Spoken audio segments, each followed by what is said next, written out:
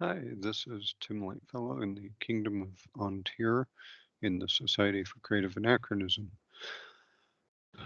Today's video is in response to some suggestions for additional videos. Someone mentioned that I've got a lot of videos focused on the weapons and the ammunition, but not on the targets. So this video is discussing targets, target faces, target butts, different materials we can use for each different ways of using the targets. First thing I would point out is I've seen people put just the paper target face up on to straw bales, and it tends to not last very long because it's really easy for it to rip in that if it doesn't have any kind of backing. So what we tend to do is to stick them onto cardboard. So the process I use is I cut the cardboard to size, which I do about 25 by about 28, and I'll explain the reason for that later. The 60 centimeter targets are about 24 inches, so that gives me plenty of space to put it on there. I happen to use Super 77, which is a 3M spray adhesive. I noticed that Steve Longsworth in U.S.A. Target Archery commented on my post that he's using a different 3M spray adhesive. So there are lots of spray adhesives out there. You could use like a glue stick or glue paste, I would think. I've seen people use tape. For using spray adhesive, what I do is I do it outside first of all, because spray adhesive I don't want on anything in the house. So I'll put the cardboard in the grass, I'll spray the cardboard, I'll put it at a working height, I'll take the target and I'll start at one corner and I'll stick it down and I'll work my way across to the next corner, and then I'll work my way down to the other edge, smoothing it out, making sure it's sticking, and trying to get out any air bubbles or wrinkles that are showing up in it. For glue, I would assume you'd do the same thing. One thing I will point out is for 60 centimeter target, I can do it myself. For a York target, a 120 centimeter, I would require help doing that because you would want one person holding the sheet up so it doesn't just fall onto this adhesive while someone else is smoothing it down to the cardboard. For tape, a consideration is where are your target butts situated, particularly in relation to the sun. I've seen a few times where you get the sun reflecting off the clear packing tape, and it's very difficult to find aim points or figure out where you're hitting on the target. So as long as that's not your situation, if like your range is set up so you're always shooting towards the sun, tape would work fine. I've seen people use tape even when the target face is glued to cardboard. I've seen people use tape like in the center to help it last longer, because you're still dealing otherwise with fibrous material with the target face and the cardboard. So you get enough shots in an area, it can rip it out, and the tape can help prevent that and make it last a little longer. One moment. Okay, so that's putting target faces onto cardboard. I had seen someone comment about using the corrugated plastic like they use for political signs for some businesses, like, you know, how I've seen them used for the pressure washing your driveway, that kind of thing. I don't know if that's available in large enough size to use for a target, but if it is, according to them, it does last really well. it's also, to my knowledge, not recyclable. So one benefit I have is once our targets are shot through, I throw it in the recycle bin because it's paper and cardboard. Okay, so on to the targets, the target butts. There are a lot of different methods and materials that can be used. I'm sure I'm not going to get probably even half of the options. If you happen to watch this and think, well, what about, please add it to the comments, because the more we can share, the better all of us are for it. So the things that come to my mind immediately is number one, store-bought targets. A lot of the store-bought foam targets don't hold up very well.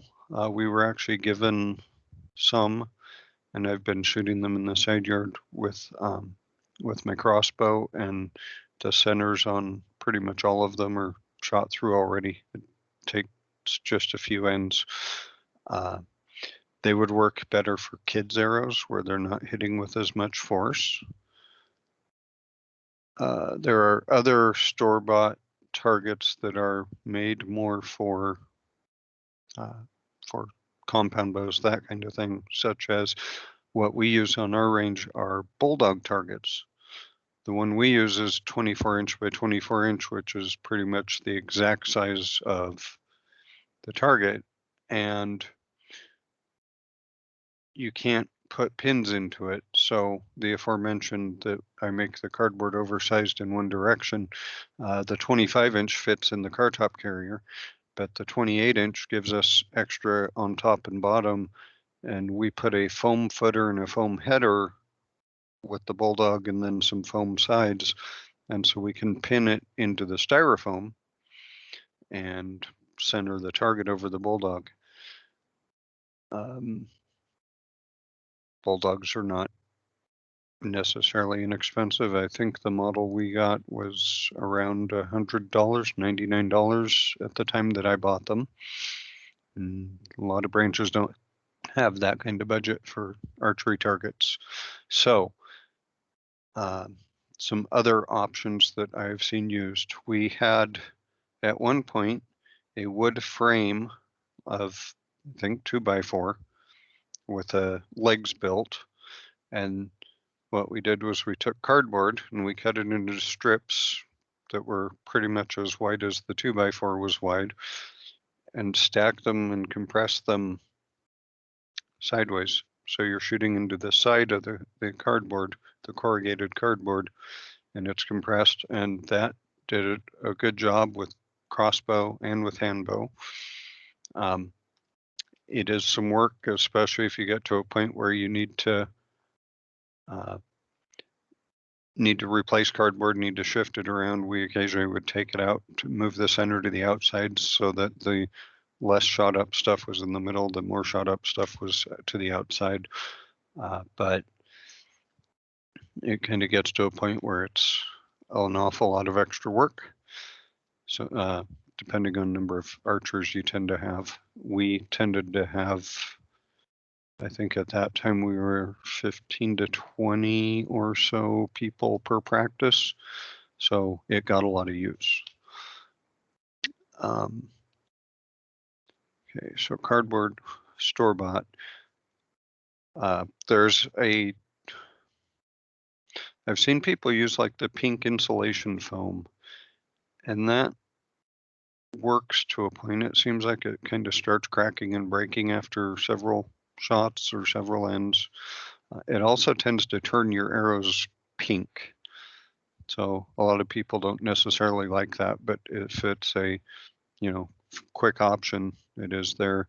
I've seen people use the pink literally to, if they did straw bales and they got loosely packed bales and someone shows up with crossbow, they'll take out a chunk of the pink styrofoam and put that behind the target to stop crossbow bolts, because crossbow bolts with a loosely packed straw bale are just going to either bury in or go all the way through.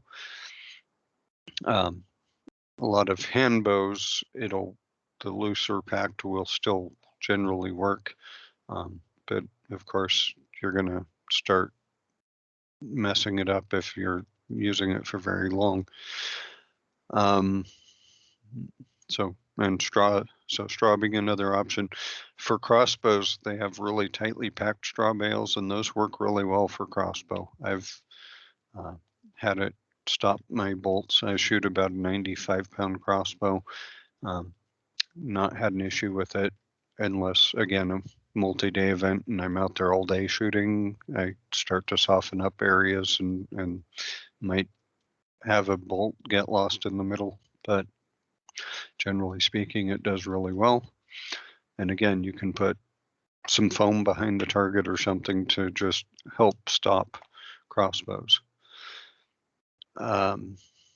Another type of foam we used to use, and when we got some for a good price, and since then we've realized it's too expensive to keep buying, is there's a black, I think they call it a closed cell foam, and it's something like $45 for a half sheet, so 2 foot by 8 foot, which is where the issue comes in. If it were 45 for a full sheet, it might be more achievable. But the amount of that you need to cut to pack, so we do a foot deep on our target butts. So we would need a foot deep by 3 foot by 3 foot, let's say, 2-3 foot. That's a lot of foam. And we have a 10-yard, a 15-yard, 420 yards, 230 yards, and 240-yard targets. So again, that'd be a whole lot of foam we'd have to buy. But if you have a smaller range, if you have the budget, if you have access maybe to get it at a discount, it's great stuff. We used it for quite a while until we ran out of the supply we'd been given. Another idea that comes to mind is hot tub covers. So I mentioned before that we build headers and footers out of foam for our bulldogs. We build those out of hot tub cover foam. And that stuff seems to take the abuse pretty well. And I know at least one branch that actually uses it when they do a York shoot. They actually have a hot tub cover that they use as the backstop, the backing for the target to go on. So you can use it as is. You can cut it into strips and bundle it together. A couple options there. The last thing I can think, well, actually I can think of a couple more. We had one guy who made us some centers that he did a piece of plywood on the back, and then I think he used alternating layers of the like the floor mats, like the kids mats or the auto floor mat things that interlock. And then I think he used another type of foam too. So he had a few different orientations to the foam, and I think a couple different types of foam.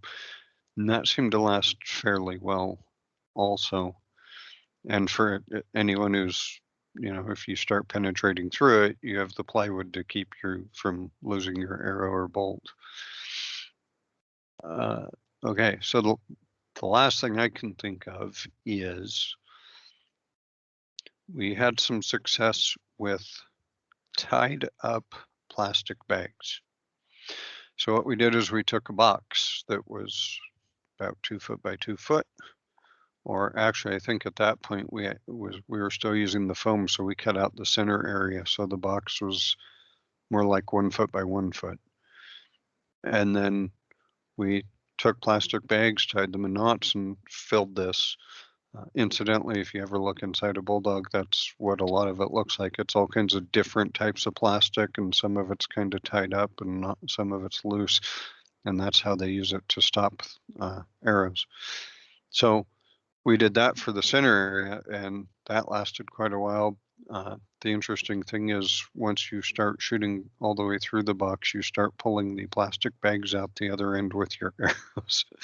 So that was interesting to see. But that gives some ideas for materials that could be used. We found, so our range stays set up all the time, and so straw bales was a challenge because in the Northwest, lots of rain. We put tarps on the targets, but you would still get moisture into the bales, so you'd show up one day for practice and realize you need to replace some bales. You'd have critters living in them. So there are some challenges if you have an always set up range versus if it's a range maybe you pack away in a shed and then bring out. So things to think of there, and that's part of. We also lost for a while. We had some members who could use the old straw, and then they moved away. So we suddenly were looking at, okay, it's going to cost us to buy bales, it's going to cost us to dispose of bales, and so we ended up going the bulldog route. And I just had another thought of a target type, and then it's gone. Forgive me, I've not been well the last few days, so I'm not necessarily thinking super clearly. So being aware of the conditions your target's going to be, bets are going to be in, and what will withstand that and what won't is a good thing. We take, for the headers and footers, we take the hot tub covers, we cut them down to 1 foot by 3 foot,